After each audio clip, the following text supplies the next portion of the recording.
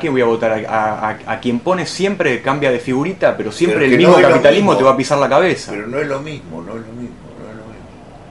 No es lo mismo el gobierno que fue plebiscitado que las alternativas que había, ¿viste? No es lo mismo. No, el problema es la masa que tiene un pensamiento que va siempre hacia el mismo lugar, que un pensamiento, yo en mi caso, digamos, me parece que la clase media argentina es de derecha. Entonces es complicado porque Sí, la vos querés, masa sí, sustenta eso. Pero no, hay que cambiarlo eso. sí, pero yo veo mucho más reaccionario del proletariado. El proletariado argentino es muy reaccionario y hay gente que no se quiere dar cuenta de esto. Siempre fue clerical, peronista, prejuicioso, antisemita, segregacionista, Sí, siempre lo fue, totalmente. todo el tiempo, todo el tiempo. Lo cual no le quita valor a la resistencia que hubo a la famosa Revolución Libertadora en su momento, que hubo, ni tampoco le quita valor a las camadas de dirigentes sindicales de izquierda que hubo, que ya no hay más. Citran desaparecieron del mapa. Algunos de los combatientes más importantes murieron por distintas razones, o torturados o enfermos, ¿viste? ¿Qué sé yo? Eso fue un momento muy especial, que ya desapareció del sindicalismo argentino. Entonces lo que vos planteás, digamos, es que la libertad no existe ni va a existir. La libertad digamos, ningún tipo de filosofía de libertad puede llegar a ser Mirá, uno puede buena defender para la poder libertad matar. en los márgenes que te brinda lo practicable socialmente. Pero un discurso sobre la libertad no le encuentro, más allá de que efectivamente, pero aparte, el problema de la libertad es que la libertad existe, porque no hay ningún sistema que tenga previsto todos los mecanismos. La complejidad es esa, ¿viste? Uno elige en la vida cotidiana y políticamente, pero Entonces, como dice Sartre, uno elige el ser que quiere ser. sí, pero dentro de condiciones bastante restringidas. Bastante restringida. Esta conversación también tiene condicionamientos que tienen que ver con la cultura que tenemos y con el momento en que vivimos, etcétera. Que no veo, no, ojalá lo hubiera, pero no. Me parece que la realidad, por largo tiempo, si uno puede prever, y prever es complicado, pero lo que hay que prever es que el capitalismo tiene historia para rato. Ahora, ¿qué quiere decir para rato? No sabemos dónde concluye la historia, ¿eh? No sabemos. Si en la regresión a un sistema anterior, cosa improbable, o algún otro sistema, o algo que herede los viejos ideales socialistas, no lo sé, la verdad no lo sé. Pero nadie lo puede saber. Nadie lo puede saber porque no se gestó. Porque la realidad se está haciendo y no sabemos qué se va a hacer. A eso me refiero. No sabemos qué va a pasar. A lo mejor mañana mismo surge una alternativa política del país infinitamente más rica que las que están vigentes. El 2001 creó cierta expectativa de que, bueno, terminó en el desencanto, pero dejó una huella.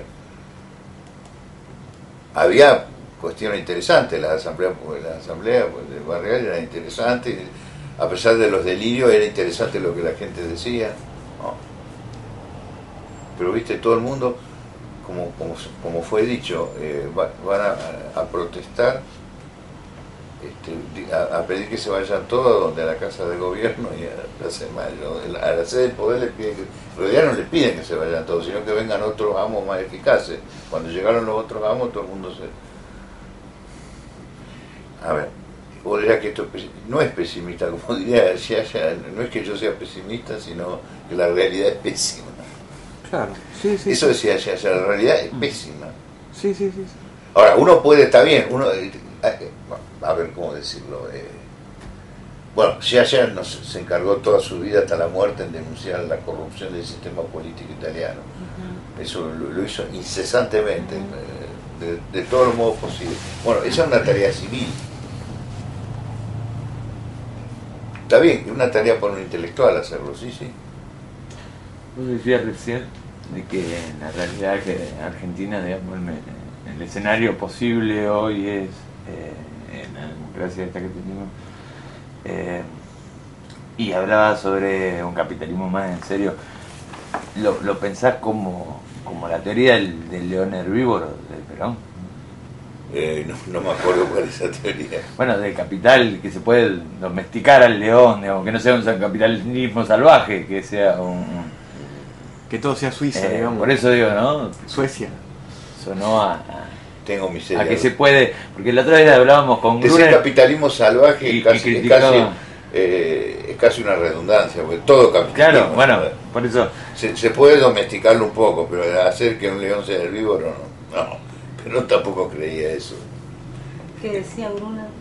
Decía justamente, criticando que le había escuchado a Cristina decir que quería un capitalismo en serio.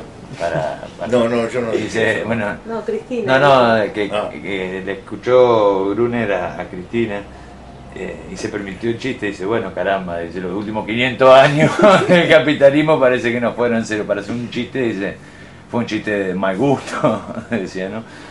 Pero bueno, pero creí que, digamos, lo que vos decías tenía que ver con algo de que... No, en serio no, sino buscar formas de resistencia para que el salvajismo tenga algún límite, que no es lo mismo. Claro.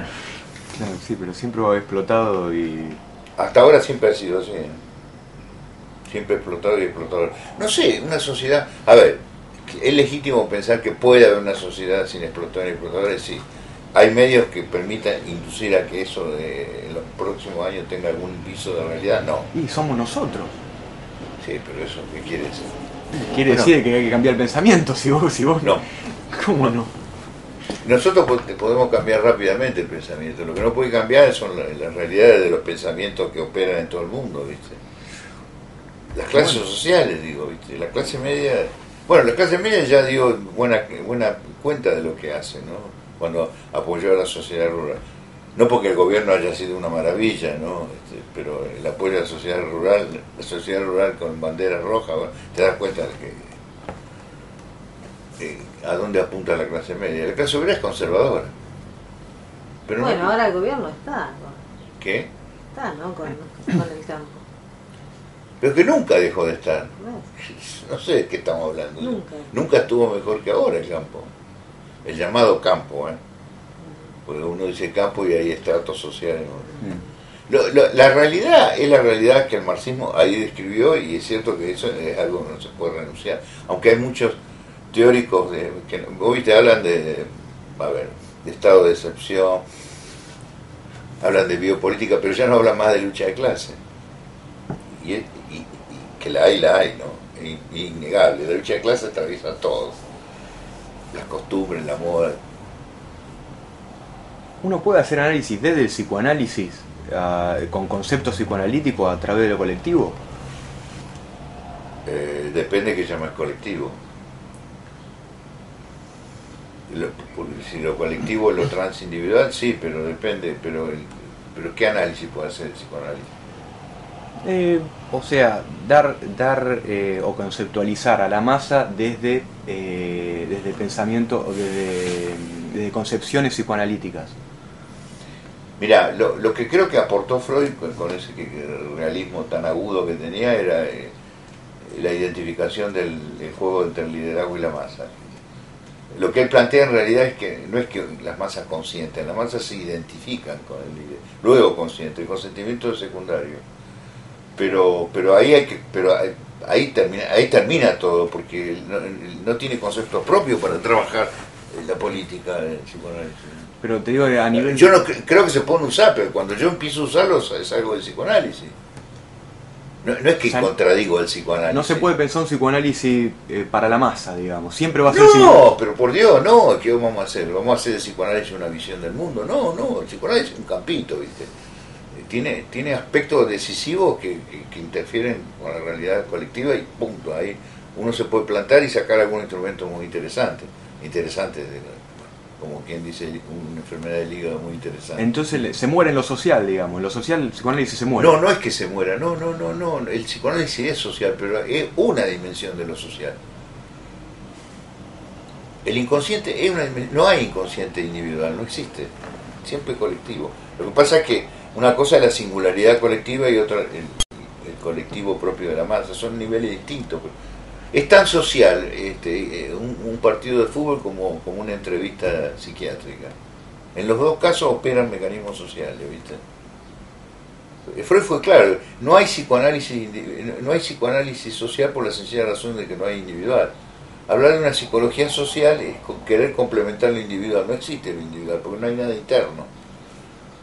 pero es una dimensión de la socialidad. Así es la dimensión de la socialidad que se estructura con el complejo de Edipo y el complejo de castración, ¿viste? Tiene que ver con la sexualidad, pero no es la socialidad de la política, para nada, ni de la religión, y menos de la economía. Desde el lugar de Lacan también se piensa exactamente lo mismo, se piensa igual.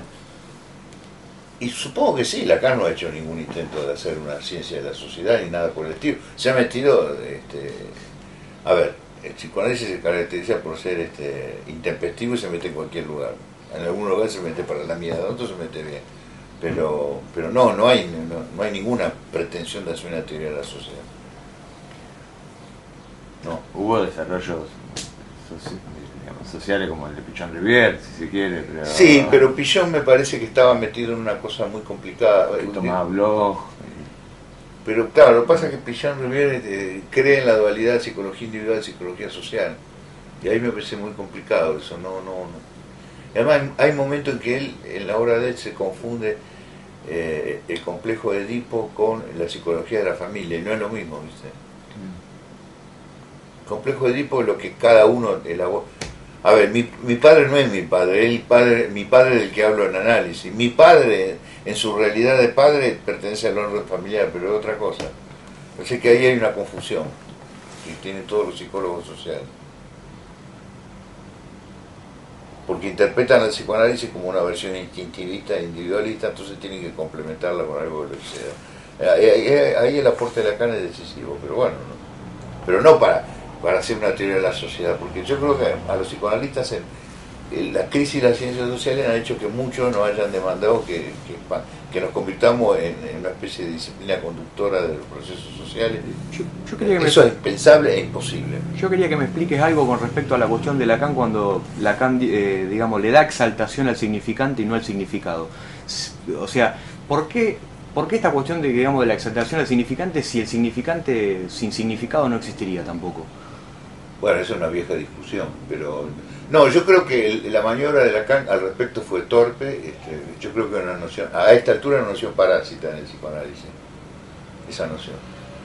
Me parece que, de todos modos, la motivación inicial es importante, porque apunta a que, en última instancia, hay sinsentido de que la sexualidad implica un sinsentido radical. O que en todo caso el sentido se equipara al sinsentido. Y ahí sí, eso justifica el hallazgo de Lacan, pero me parece que la construcción que hace a mí siempre me pareció pobre, confusa, no hay forma, ¿viste? Si vos privilegiás el significante en desmedro del significado, te metés en un círculo sin salida, porque son dos nociones imposibles de desmontar. Lo que pasa es que algunos psicoanalistas lo utilizan para poder decir que el significante es materia, entonces, digamos, están en un plano científico. Pero es una estupidez. Eso es un prejuicio, porque creen que porque pronuncian la palabra materia están dentro de la ciencia. No saben de qué mierda hablan cuando hablan de materia. Es más, creo que confunden materia con esto. Con la materialidad sensual. Como la confundía Lenin, por otro lado. Para Lenin la materia era lo que estaba fuera de la conciencia y que los sentidos captaban. Disparate. Pero de todos modos, ¿vos te ponés del lado kantiano o entendés No, que hay yo un no mundo soy ni afuera? materialista ni idealista. A mí me parece un juego ese insoportable, y confuso y demagógico. Se cree que hay que ser materialista, porque el idealismo... Mira, el idealismo ha sido... en el pensamiento ha sido de una riqueza infinita. En general, los pensadores materialistas son una mierda. La verdad, los pensadores materialistas no sirven para nada. Marx, por ejemplo, no sirve para nada. No, Marx sí, pero decirle materialista... Pero como filósofo tampoco era demasiado importante. O sea, Lo que aportó, bueno, la lectura del Capital no necesita quiero entender esto. ninguna posición materialista. Quiero Porque entender además no sé qué es el materialismo, no sé si me explico. No, el materialismo desde el punto de vista de entender de que más allá de nosotros hay cosas, existe la cosa por existir, digamos, y... Pero eso ningún idealista te lo va a negar, ese es el tema. No, del lado kantiano te dice que yo construyo el objeto, digamos, o sea, esto yo lo construyo yo al objeto.